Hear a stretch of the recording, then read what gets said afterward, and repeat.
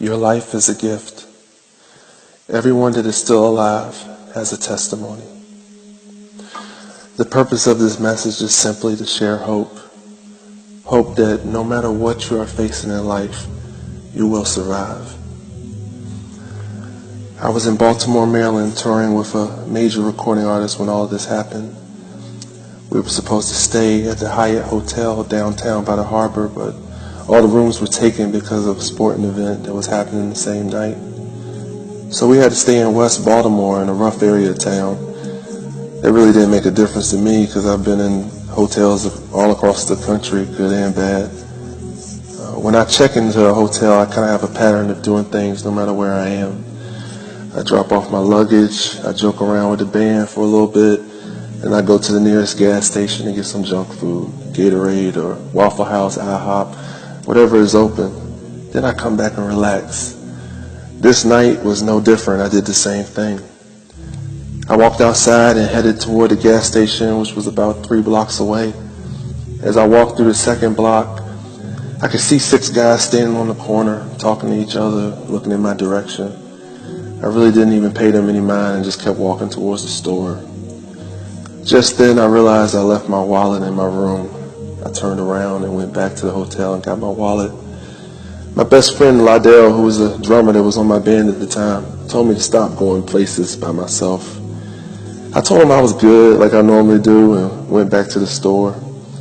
I walked past the same group of guys, and they were watching me again. I continued to the store and got my usual Gatorade, candy, junk food, and headed back to the hotel. When I came past that same block, the same guys immediately just came towards me.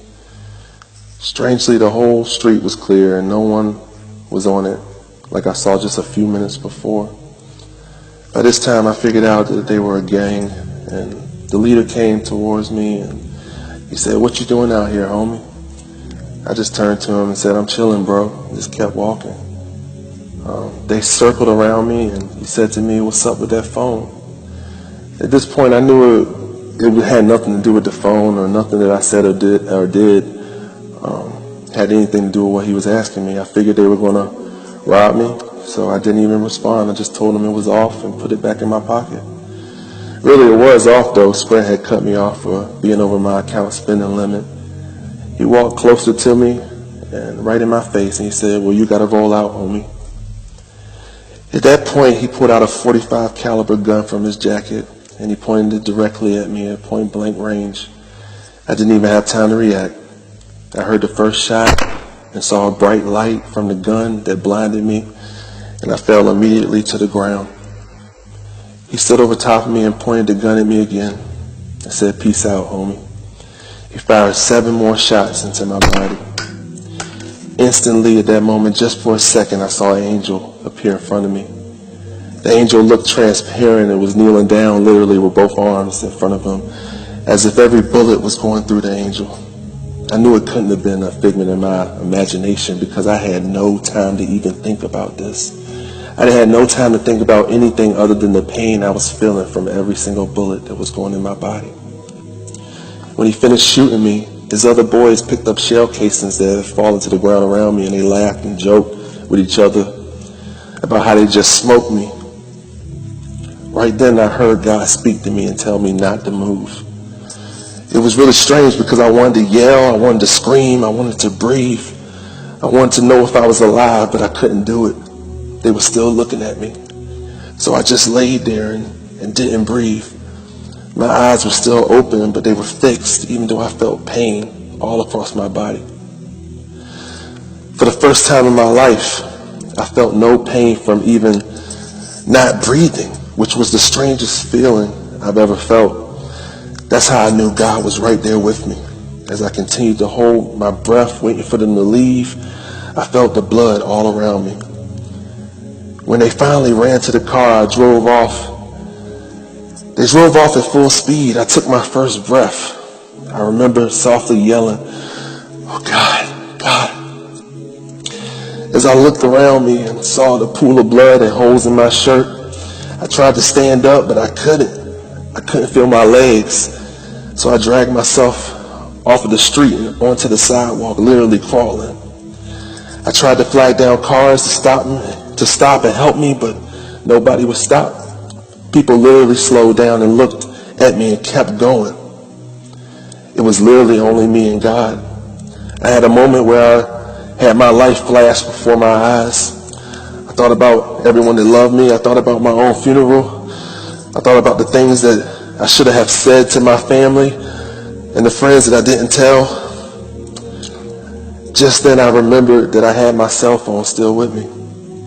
My hand was completely covered in blood, but I still managed to dial 911. When the operator came online, I told her that I had been shot, and she asked me where I was. Thankfully, I was lying right next to a street sign so I could give her an idea where I was. She tried to keep me talking, but I really couldn't because I was losing my breath every minute that went past. Eventually, the police showed up, about 5 officers. One walked toward me. He asked me my name, how old I was, and that was the end of the conversation. After that, they drew lines around me and put up police tape and crime scene tape and set a perimeter. This is when my faith really had to step in, though. Even though all around me it looked like death, I had to speak life, and I began praying. There was nothing I could do but that. The ambulance got there eventually, and 7 minutes later, they loaded me in. Immediately, they began cutting off my clothes and hooking me up to all kinds of machines. This was the first time that I actually saw the gunshot wounds with my eyes, and at that moment, tears began to flow from my eyes. My body just looked dead. Looked like I shouldn't have been alive, but I was. I heard the EMT say to her partner, "I don't think he's going to make it." It hurt to hear those words coming from her, but I tried to hold on to life. By the time I got to the hospital, they rushed me down the hall into surgery. When I arrived in the room, it was like the strangest scene I ever seen.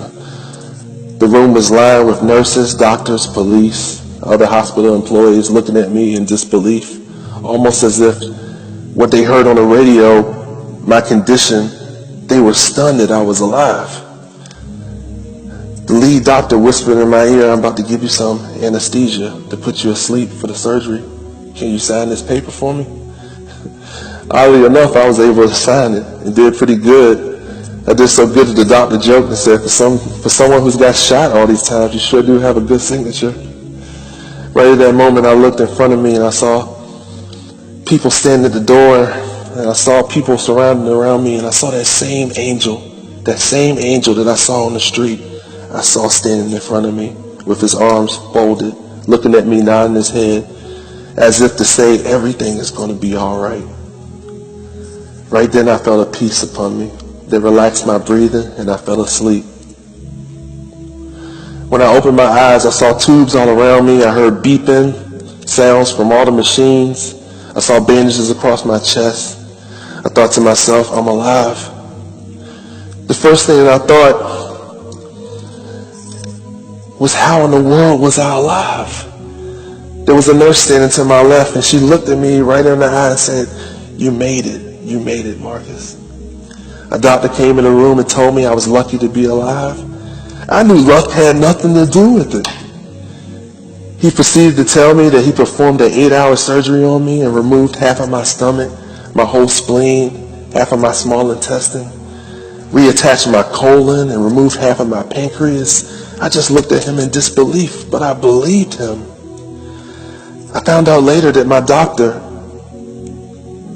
he found God through my surgery. He acknowledged that it was not possible that he did the surgery by himself. Today I can walk. I had to learn how to do that all over again. Today I can play the piano even though I lost the feeling in my right hand. Today I can eat even with a half of a stomach. Today I can walk in peace because God gave me peace during the most chaotic time of my life. Today I know that God is a healer. Mark 9:23 says all things are possible to him that believes. Do you believe? I know that I do. I encourage everyone that hears my voice to do God now and not later. A common misconception is that you need to clean yourself up before you come to God. But the truth is, you just have to come to God and He will change you. God bless you all. God keep you. Remember that God is sovereign and bigger than every problem and every situation.